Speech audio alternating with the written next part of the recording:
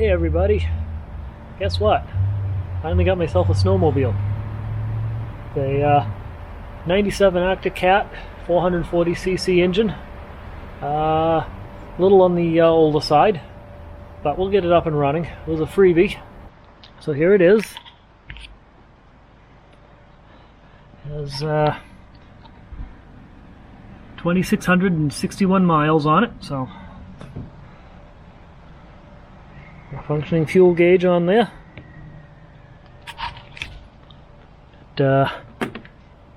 Thumb and hand warmer. High and low beams. Got a reverse. Got all the basic features I really wanted. So, and the seat's a little rough. Held on with duct tape in a couple places, and back's a little damage there, but okay. The storage spot there.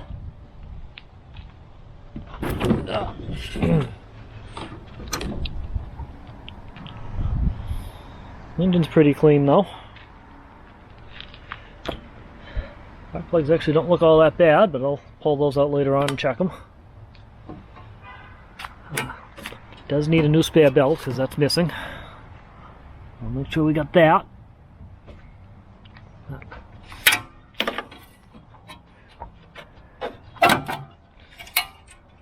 Overall, not bad.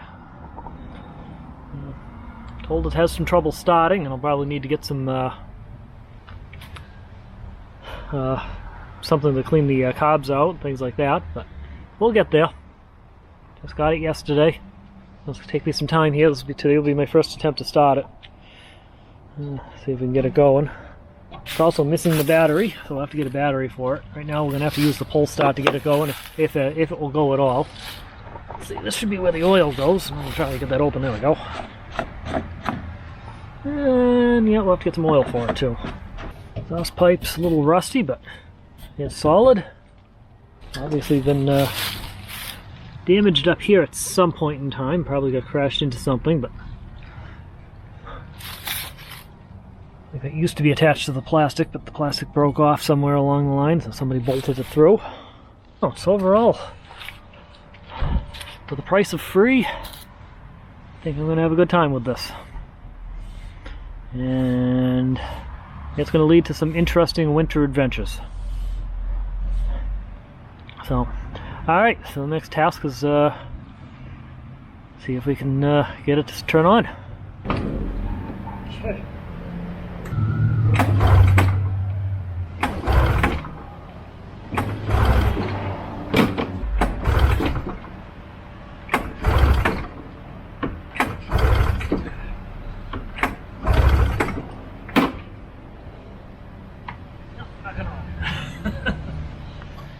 It's a little dark out here, but we're going to do the best as we can here.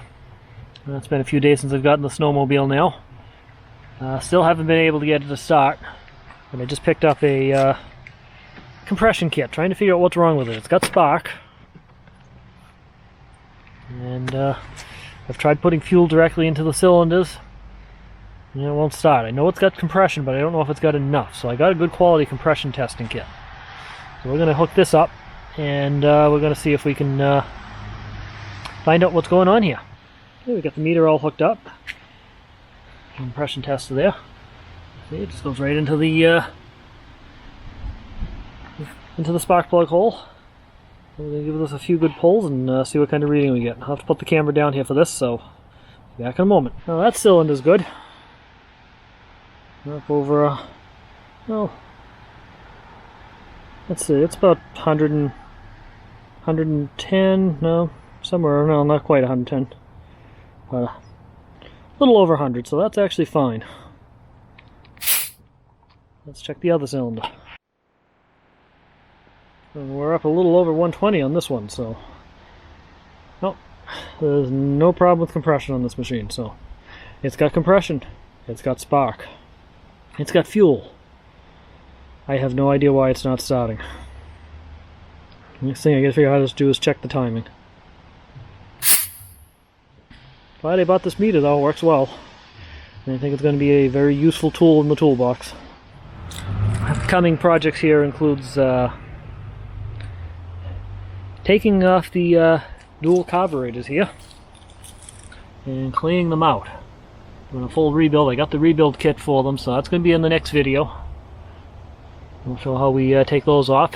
Well, it's going to be a learning curve. I'm actually going to be using the video too to help guide myself as I have to put everything back together again. I do have the shop manual for it now.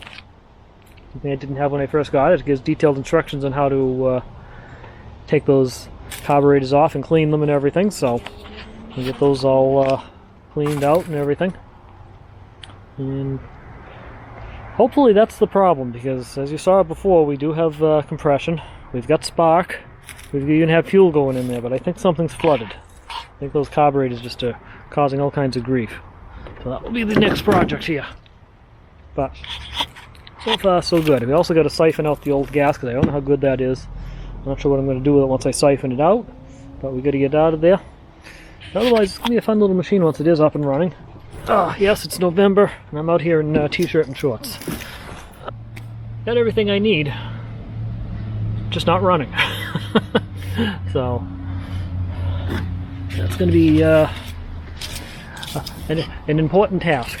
I'll be putting a bigger box on the back of it once I do get it up and running for carrying camera equipment and stuff like that. Mount from this camera will be on the front of it too, so I can do video. And then another upcoming video, this trailer here. We got to get this built so we can carry the snowmobile. So obviously we got a bit of a mess to clean too. So that's the status right now. More to come. We get this all up and running. We will have this running for winter. Anyway, thanks for watching. More to come. And if you find the information in this video here useful, or especially in the next video there coming up there, and if you got a snowmobile like this one, subscribe to the channel if you're not already. You might find some interesting and useful information as my outdoor adventures continue. So, been a few days since I've gotten the snowblower. Yeah, starting over.